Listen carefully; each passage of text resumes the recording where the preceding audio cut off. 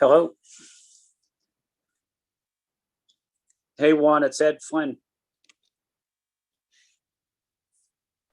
Hey, Counselor Flynn, can you hear me? It's Yeah. Candace. Oh, hey, Candace, how are you doing? I'm good. How are you? I'm doing fine. Thanks for being here, Candace. Oh, you're welcome. I don't have a list of everyone who's supposed to be in the Zoom room. The two people that are testifying are Chris Carter and Nigel Jacob. Okay, they're here, so I'll move them over. I think that's all that's testifying. Okay.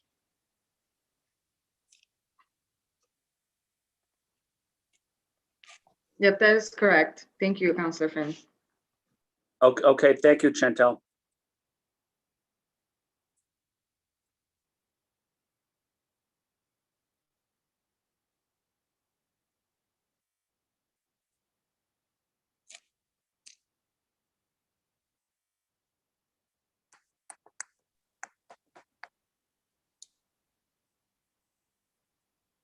Hi, Counselor, can you hear me? I can hear you. Good to see you, Nigel, and good to see you, Chris. Thanks for being here with us. Good to see you. Hey, Counselor. Hi.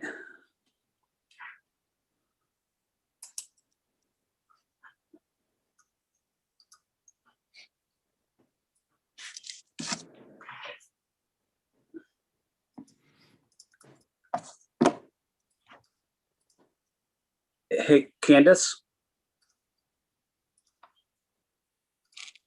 Hey, Counselor. Hey, Candace. Candace, it's 1:02. Am I able to start now? Yes, you're all set. We're live on YouTube as well as live on TV. Okay, excellent. Thank you, Candace. You're welcome.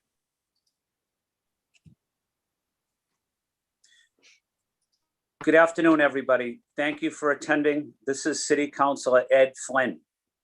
I'm the chair of the Committee on City and Neighborhood Services.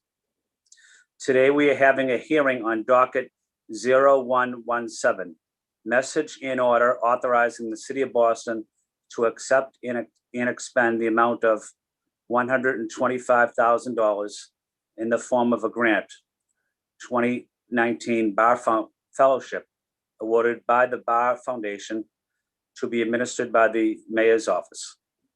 The grant will fund leadership in organizational development in the Mayor's Office of New Urban Mechanics. This matter was sponsored by the Mayor. The Office of New Urban Mechanics is our city's civic research and design team, and they experiment and build and tackle various issues such as civic engagement, education, infrastructure, and equity. I want to thank the City Council staff, central staff for helping, including Candace and Juan. At this time, our panelists are Chris Carter, who is the co-chair, Mayor's Office of New Urban Mechanics, and Nigel Jacob, co-chair, Mayor's Office of New Urban Mechanics.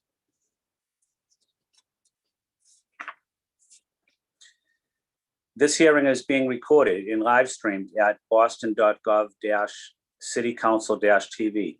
It will be rebroadcasted on Xfinity Channel 8, RCN Channel 82, FiOS Channel 964.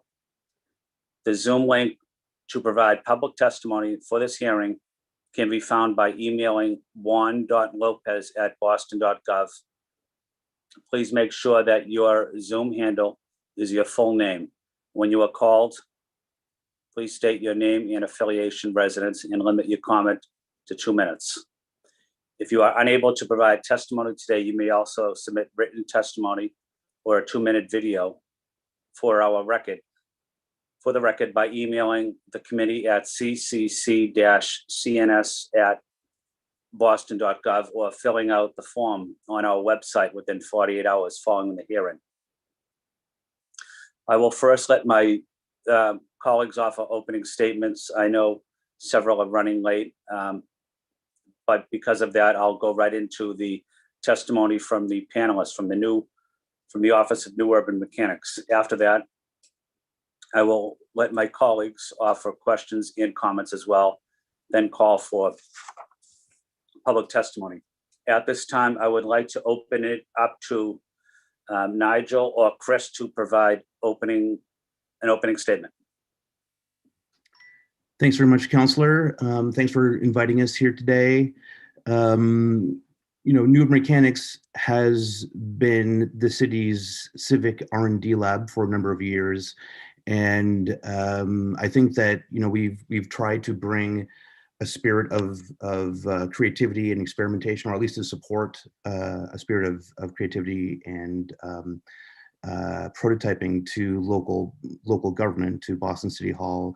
And we were very fortunate to be awarded this fellowship grant from the Barr Foundation. We worked with the Barr Foundation over the years, and I think they began to be aware that, so usually this particular fellowship is offered to nonprofit leaders and nonprofit organizations as a way of encouraging sort of the next generation of leaders and organizational development in the nonprofit community. With this grant, as far as I know, this was the first time that a public sector organization has been given this grant, which was hopeful for us because it suggested that the philanthropic community is beginning to realize that local government also can serve the role of being change agents in cities. And so the grant was intended, these grants are generally intended to support the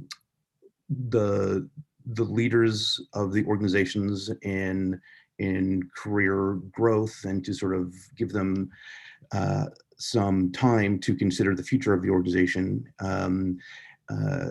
But the bulk of that money is really in the itself to do whatever it needs to explore new territory. It might be new kinds of business models or new kinds of services offered to their constituents, whoever they are. So that's how we find ourselves here. Originally, the grant, they've had to change the terms of the grant a little bit given last year.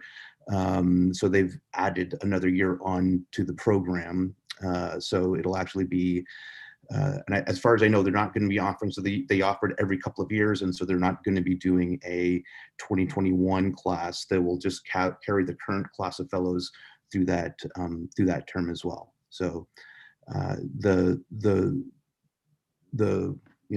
funding, we have a range of ideas of how to use it, but we don't have a lot of specifics at this point.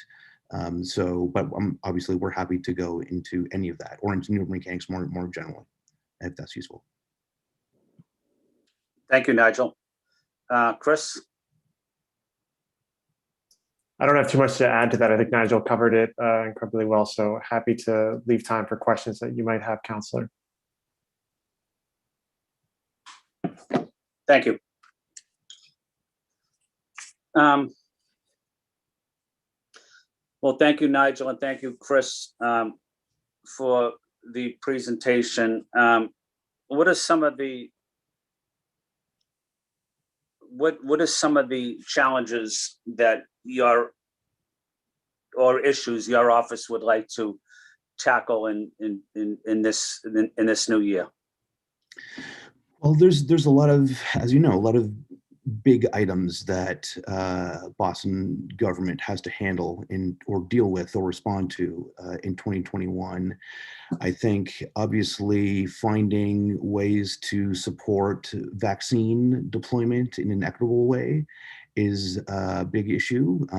Not easy to do, but we're sort of engaged closely with a variety of different departments that are dealing with this issue. Everyone from food access to the health commission to transportation, and thinking about how can we, in general, the way we work is to bring a different perspective to the challenges that we're working on.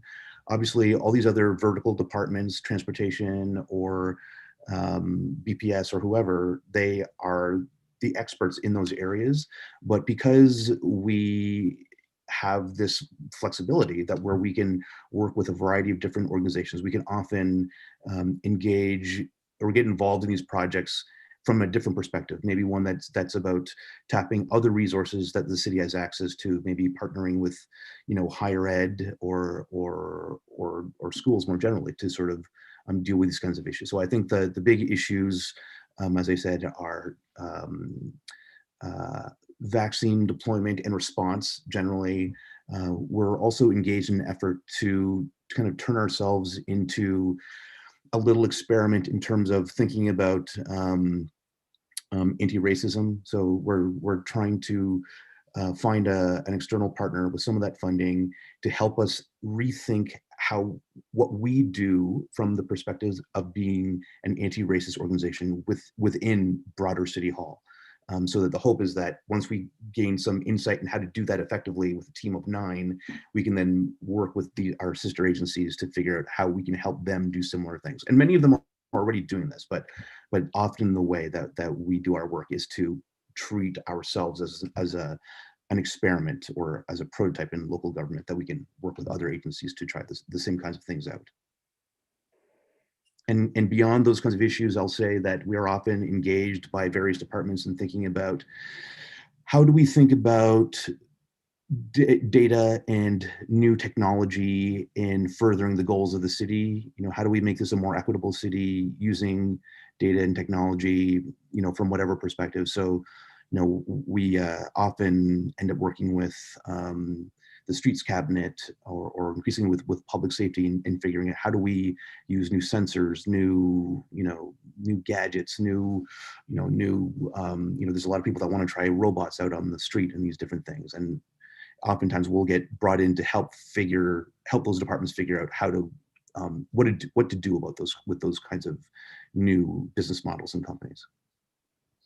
So, Nigel, just want to follow up the $125,000 grant that will be used for leadership development for your staff. Is that correct?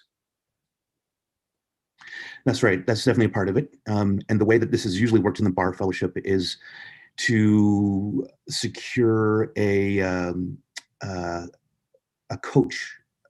coaching organization.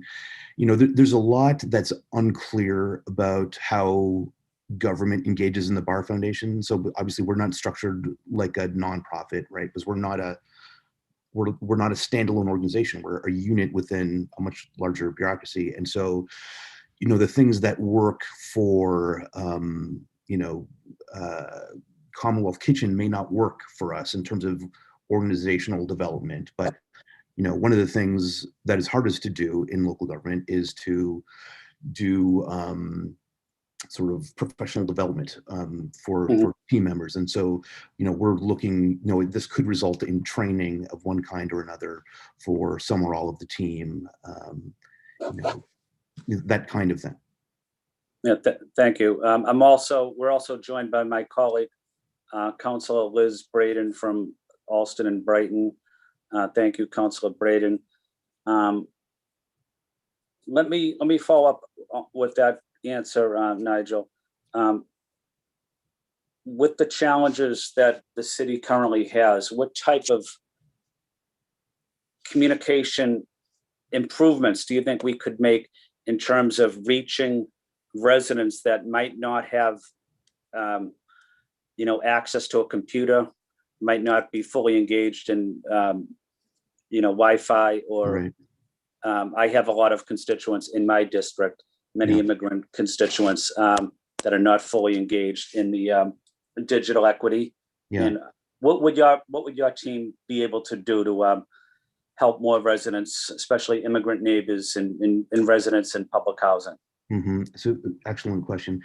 So usually the way that when we get engaged on a particular topic, the first thing we do is to do a little bit of research, not research in terms of like as academics, but really try to understand what's been tried so far, what's working, what's not working, and what are the issues on the ground, and how do we get closer in trying to understand the issues. And so I think the first thing that we would do might be to reach out to some sort of immigrant serving organizations, or we could partner with the Mayor's Office of the Immigrant Advancement. And we do know that this is an issue, and we've heard this several times, but really try to understand, like, what is the gap? You know, obviously translation is an issue, but it's often not the only issue for a lot of sort of newer Bostonians. And so, you know, we would spend a short amount of time, you know, maybe a couple, 3 weeks, trying to understand like what the actual gaps are. And there might be new things that we could do, or it might be about doubling down on things that we're already doing and maybe just improving the outreach. So usually the way we start is to try to understand the problem a little more deeply. Thank you, Nigel. At this time, I'm going to ask my colleague, Councilor Braden, if she wants to ask a question or giving an opening statement, either or both. Thank you, Councillor Flynn. I apologize for my tardiness in arrival. I was coming from another meeting. I'm just happy to listen and learn at this point, and if I have any questions, I'll raise my hand. Thank you. Thank you, Councilor Braden. How many, Nigel, how many employees are in your department? So in a way, it sort of depends on how we're counting, but in general, we say 10. Okay. So there's some of us, we're split up. If you look at the budget, we're actually spread across a few different departments. A few of us are housed, are organizationally housed in DoIT. A few of us are formerly within the Mayor's Office, and a few of us are in the Department of Neighborhood Development. But we work together as a heterogeneous team. But so that so as a result, we all will refer to the Mayor's Office of New Urban Mechanics when we're doing the work. Yeah. I know I had a conversation, Nigel, with some residents on Oxford Street today in Chinatown, mostly immigrants, and they were asking me about, you know, their Wi-Fi system. You know, they're having many challenges, but what would the Office of Urban Mechanics, how would you relate to them? I know you mentioned that you'd reach out to the Office of Immigrant Advancement, but with advanced technology, a lot of residents don't even have the basic technology at this time. How, and I know you're working with DoIT, but how can we make sure that more residents are engaged? And a lot of these households have little kids that are in the public school systems, and they were telling me that when they're on Zoom, you know, there's problems because there's not enough Wi-Fi there, power there. So what type of interaction are you having with DoIT that can help address those issues? Well, I mean, you've actually sort of referred to the kinds of things that we would do, but when we're for a situation like this, we would look at who is currently serving that particular population, and as you say, sort of DoIT controls our public Wi-Fi network, but there's also Boston Public Libraries, Boston Public Schools that provide Wi-Fi services. There are also third-party organizations that the city works really closely with. We work closely with, and have worked closely with nonprofits like Technology Goes Home, Timothy Smith Networks, and some of the big providers like Verizon and folks of that scale. And so I would imagine that there is a way of understanding the specifics of the geography, in understanding, are there any city buildings close by? It might be a question of understanding how the network is being used at that location by talking to our friends in DoIT. But we try to leverage, whenever possible. We don't necessarily we don't try to do new things for the sake of new things. Obviously, we try to add value by, sometimes it's about stitching other things together, right? Because often it's hard for one agency to do what needs to be done in oftentimes. And so it often helps when there could be this sort of a facilitator like neuromechanics to kind of, bridge a gap or understanding what the, how can, the existing services be brought to bear, and oftentimes training is often an issue, right? So this is something that we've heard many times for even folks that do have access in one way or another, even if it's poor access. The question of what you do when you're there on the internet is also a question. And so there's a lot of issues, but I do think that we do have, in general, the resources at our disposal to be able to help. And when I So mean the city of Boston, You're also looking at problems in a new way to solve them, but also to look at problems to see how we can improve that coordination between right? departments, but working together, whether Right. it's with advanced technology, and looking at a problem maybe in a unique way. Is that accurate? You got it. That was a good pitch, Counselor. Okay. Yeah, when I was doing some research on this, Nigel, I wanted to make sure that since we're on television, Mhm. that residents would want to know about what urban mechanics, what they do. Mhm. And that's why I was asking some of these questions. So I wanted to take the opportunity to learn more about your department, because I know it would be informative for our residents across the city as well. So thank you for allowing me to ask some questions that might be unrelated to the grant itself. So No, we appreciate the question. I think we often have struggled with how to find the right way to make our existence known. So every little bit helps. well, thank you, Nigel. Thank you, Chris. I'm going to. I'm just checking to see if any of my other colleagues are on. I'm just going to ask if Councilor Braden wants to give a final comment, or if not, that's okay. Councilor Braden. I'm all set, thank you. Okay, thank you, Councilor Braden. I also want to say thank you to Juan. I want to say thank you to Candace. I want to say thank you to my staff as well. I want to say thank you to Nigel and Chris and the mayor's office for helping coordinate this. Counselor Flynn, Counselor Bach did just join the meeting. Okay, that's good. Good afternoon, Council Bach. Council Bach, would you like to ask a comment or a question to either Chris or Nigel? Thanks so much, Councillor Flynn. As you can see, I was mainly listening into their comments just because I am in transit right now. But I just wanted to express my strong support for the grant and for the work that the New Urban Mechanics do every day, and excited about this opportunity to build their capacity. So thanks so much. Thanks to you for chairing and to them for being here. Thank you, Council Bach. Candace, do we have any public testimony? We do not know. Okay. So again, thank you to Chris, thank you to Nigel, and at our next city council meeting next Wednesday, I'm going to recommend that we vote in favor of this grant for $125,000 to the Office of New Urban Mechanics as part of the outreach on leadership and development related issues. I want to say thank you to Chris. I want to say thank you to Nigel and my colleagues from the council. And at this time, this meeting is adjourned. Thank you. Thanks, Counselor. Counselor. Thank you. Thank you all.